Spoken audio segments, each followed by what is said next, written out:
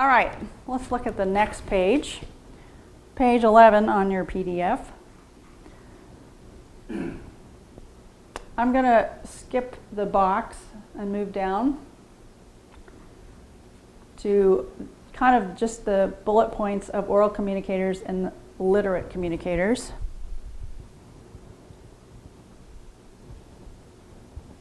So oral communicators, 35 to 55% of the world's population are oral. Now that's changed, but yes, at that time of 2006.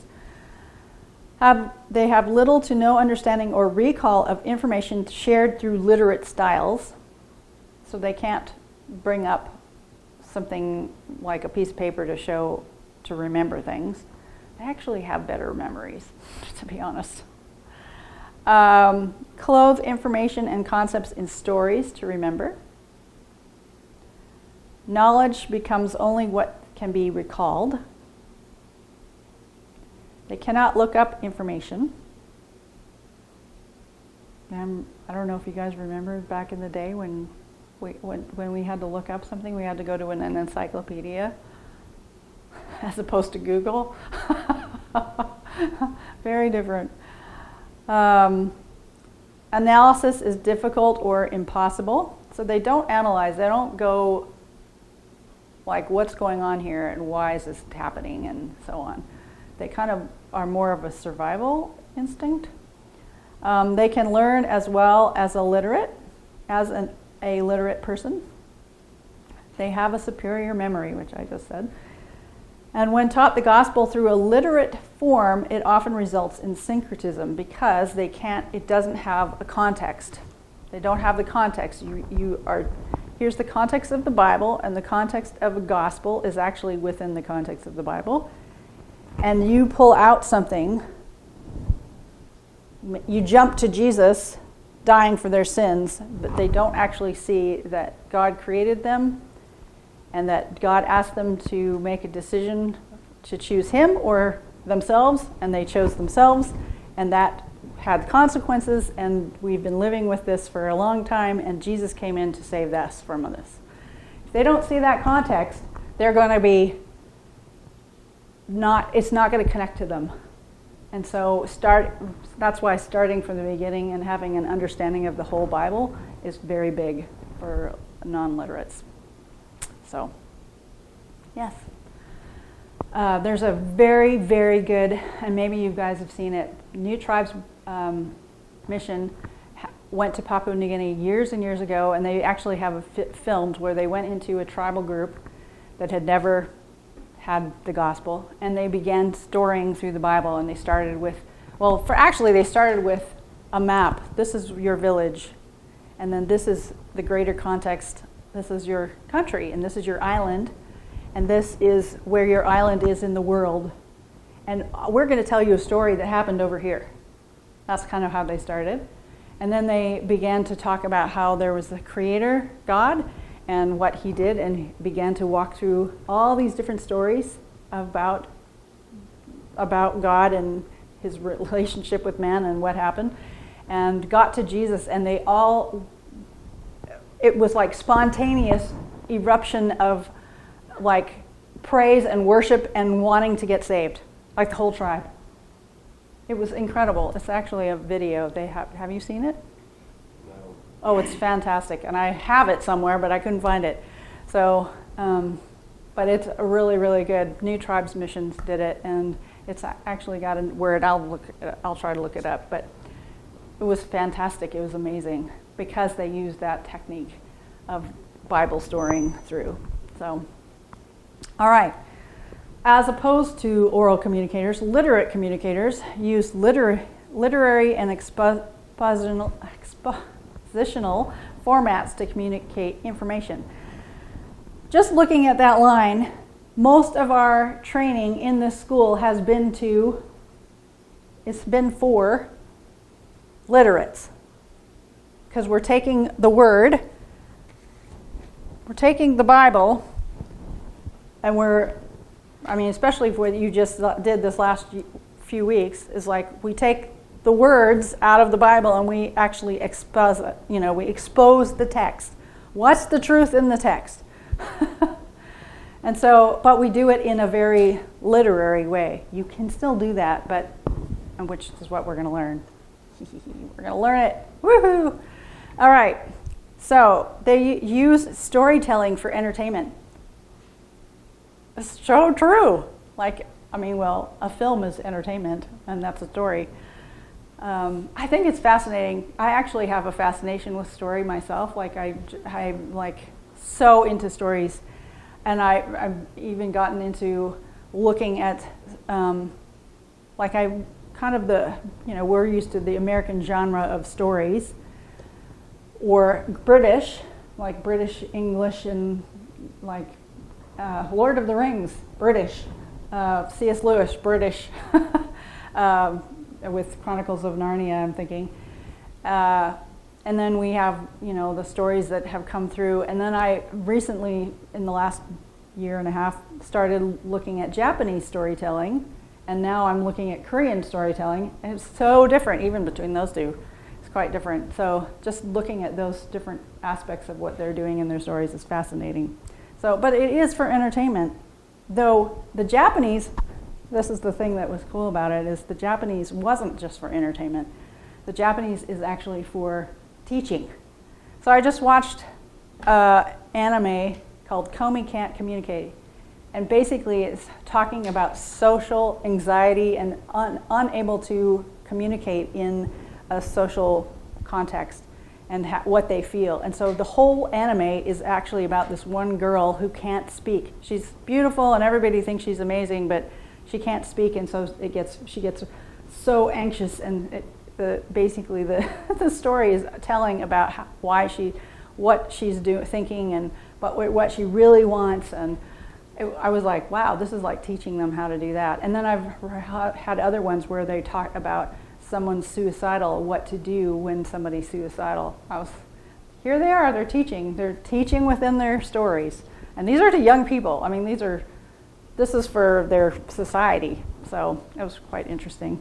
So, and I would say Japan is very literate, but it's still much in their culture. So, next page, 12, very top. Think illiterates can understand literary formats. Yes, I'm just as guilty because we just don't think that way. We've been trained for the abstract thinking. We've been trained to read and write and analyze and get to deeper meanings and so on. And so we definitely don't think of them not getting that. Think illiterates must become literate to understand the gospel. And that, as I just told you the story about the New Tribes missions group that led this whole tribe to the Lord, doesn't have to happen.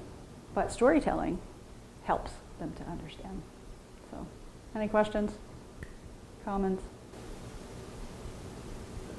It's fascinating. It is, isn't it? Good. Me too. I thought so too. All right.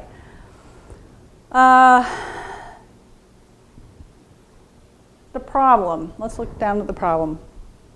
If a missionary goes into a culture and teaches oral learners through literate styles, giving outlines, lists, exposition, and systematic information, has communication happened? Yes. It has, but has it been received? Probably not. Probably not, yes. The predominant teaching method used by Westerners has been that of logically outlined and systematically developed lectures, when oral communicators are dependent upon narrative presentations as a primary means of learning and communicating. Jim Slack. So, estimate, when communicating through a logical, systematic, literate way to rural, oral-oriented people, they only remember 20%. Versus when a method of storying is used, they retain 75 to 80%.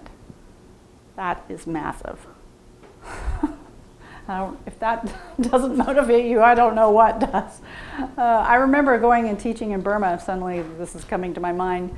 And I'm thinking, Burma is actually quite literate. And they had Bible schools that we were teaching in. However, the students were coming from really rural areas. They were coming into Yangon to come and go to this Bible Bible school because, one, Christians were, having a school in those rural areas was more dangerous. So they did it in Rangoon. I'm saying Rangoon because that's what the old name is, but Yangon, because it was safer there. So I remember teaching through Genesis. And so I ended up, as I do, because I was always thinking of, I was actually thinking of visuals at that point, but I have them divide a piece of paper, and then for every story, I would tell the story and they would draw a picture of it. And so it was kind of cool because ended up being a storying kind of thing, and they drew a picture and made their own visual of it so that they could share it with somebody and share the story of Genesis. So it was way before I ever really knew any. I mean, I knew about this, but I think that was probably a God thing. So anyway. All right, just page 13. We're just going to look at just a few more things in here. Oral tradition. This is kind of just fascinating. Examples of cultures through the world with oral traditions. So in the Middle Eastern oral traditions, Muslims often memorize the Quran orally in Arabic, even if they read and write, which I thought was fascinating. Early nomadic Arabs had ballads that would take days to recite, giving the performer great respect in society. So when I went to Kyrgyzstan, they have a ballad in their country for their great warriors, and they would be days long. I was like, how can it be days long? Like, you have no idea. I would have the time of reciting this poem, and I'd be like, wow. Oh yeah, Asian oral traditions. Kyrgyzstan, professional reciters tell the epics of Manas. That's the guy. Kazakhstan, Kazakhs became upset when songs, which were oral traditions, were put into writing, and many cultures, not just Kazakhs, believe putting an oral tradition into writing will take power from the story. Fascinating. Mongolia, stories and myths pass on their Buddhist teachings. China, historically tellers would sing on the street and attract crowds. Now tellers can be found in tea houses. Chinese oral stories lasting for days were famous for righteous outlaws and epic power struggles. Storytellers were used during war and revolution to change superstitions and beliefs. In Korea, apprentices learned the special art, would stand under waterfalls for hours screaming to develop their voice. Oh gosh, if they don't get it, then that would be hard. Elders often told stories at home to pass on history and values. I think in all these countries they did that. Pakistan once had a famous storyteller's bazaar for passing caravans to trade stories and news. That's interesting. And in India, stories of Hindu gods are told through music, song, and narrative in temples and on streets. In Africa, oral traditions. The Bedouins have traveling poets that tell their oral tradition. In Somalia, poetry is used to pass on heritage. The modern African writer is to his indigenous oral tradition as a snail is to its shell. Even in a foreign habitat, a snail never leaves its shell behind. Interesting. I love it. There's this quote on the next page, page 14. It is only the story that can continue beyond the war and the warrior. It is the story that outlives the sound of war drums and the exploits of brave fighters. It is the story that saves our progeny from blundering like blind beggars into the spikes of the cactus fence. The story is our escort. Without it, we are blind. Does the blind man own his escort? No, neither do we the story. Rather, it is the story that owns us and directs us. Chinua Achebe. Every human culture in the world seems to create stories as a way of making sense of the world. Cool. Actually, even if we look at Genesis, which in Genesis there's two accounts of creation, and so the first one, if you have done study on Genesis, they say was possibly created as a story for the Israelites to learn so that they could say it.